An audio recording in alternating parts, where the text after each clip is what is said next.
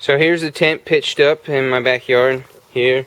I can't really do a 360 walk around entirely, but here's where the head would be, and then that's how the bottom end where your feet looks like, and then that's the back side of it.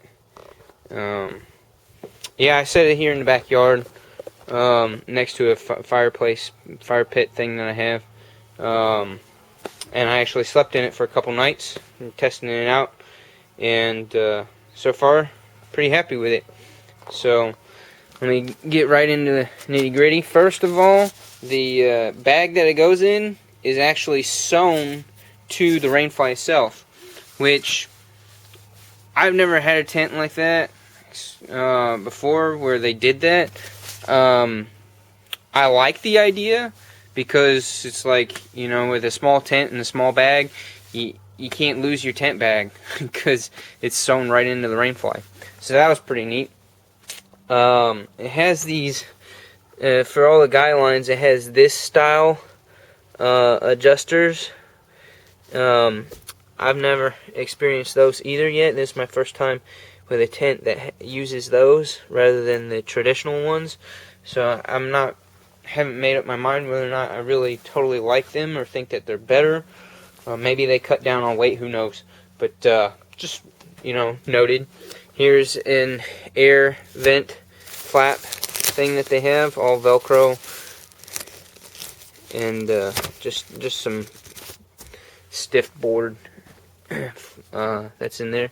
As you can see, it does require you to use a hiking pole, or, you know, some kind of a stick that you would find out in the woods to set it up. And you need that height is 48 inches. It's 4 feet. So I did measure that just for reference. And then it does have down here, it has, the tent actually comes with a small little pole down where your feet would be, and to help support it down at that end. So you have to provide the hiking pole main support, and then the tent actually comes with that pole down there. So here's my sleeping bag and blanket and all, down blanket and all that stuff in here already. It's as you can see, it's fairly tight. It's not a very big tent. It is definitely a one-man tent, almost like a 3/4, like a bivy tent, pretty much the same size as a bivy tent, for those who know what that is. But it's nice and compact and very lightweight for under 2 pounds and under $100. That's hard to beat. I added this. I don't know why they didn't have one up here. Just about every tent that I've ever owned has had some kind of a loop or clip thing sewn up at the top for hanging a tent light. So I don't know why they didn't have one, but I added one. It does have inside pocket, part of the bug net to, you know, try to keep some small items that you have in there with you together in one place. The zippers all function well. The bug net part is solid quality. Inspecting the stitching, it all looked really good. I did the rain test, which you'll see in a minute here. I liked it. I liked it how it performed, how it held up, and for trying to go very lightweight with the backpacking tent, this is an excellent option. So nifty little tent. So that's it with it. Rainfly all zipped up.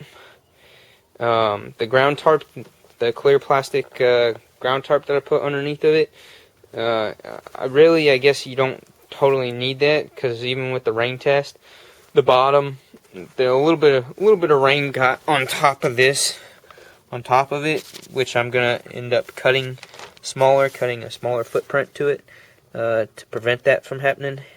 I wanted to see how. I was also testing how much of this I could leave out. But I'm gonna cut that back so that water doesn't go between it and the tent itself.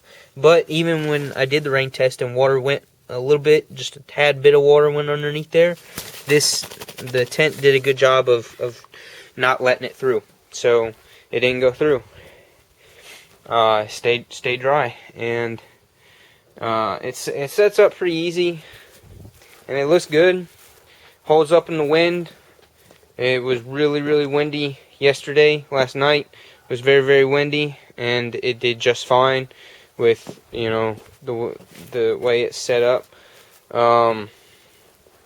So yeah, if anything, they could have made it, you know, another 4 inches wide, you know, 4 inches longer and wider, whatever. Just add a little bit more to its size, you know, for maybe larger backpackers, hikers, campers. Because I'm under 6 foot, so I'm not that big of a guy, and so I fit in there fairly comfy. But it would be nice to have 4 to 6 inches more, you know, for shoulder width, and you know, another maybe 4 to 6 inches in the length of it, so that you could just have a few more, you know, keep a little bit more gear inside the tent with you, you know, up above your head or below your feet, whether it's clothes or whatnot. But overall, solid tent. So enjoy the rain test. So this is my rain test, water test, for the Andake one-person ultralight backpacking tent that I got off of Amazon. So here I am, since it was a day full of sunshine, no rain. I got the hose out and I'm soaking it with the hose, just giving it a good soak. Both sides, up and around. Tried to get as much over the tip top and on the back side there. Just making sure that it gets a full hit of rain water from the hose. So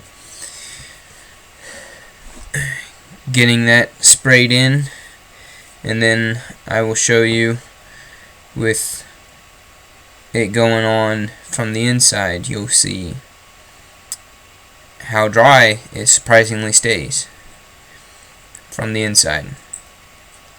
So here we go, from the inside the tent, through the bug screen. Just watching it rolling off, right off of the rainfly. Inspecting the bottom of the inside of the tent. I did not feel any wetness coming through from the bottom floor of the tent.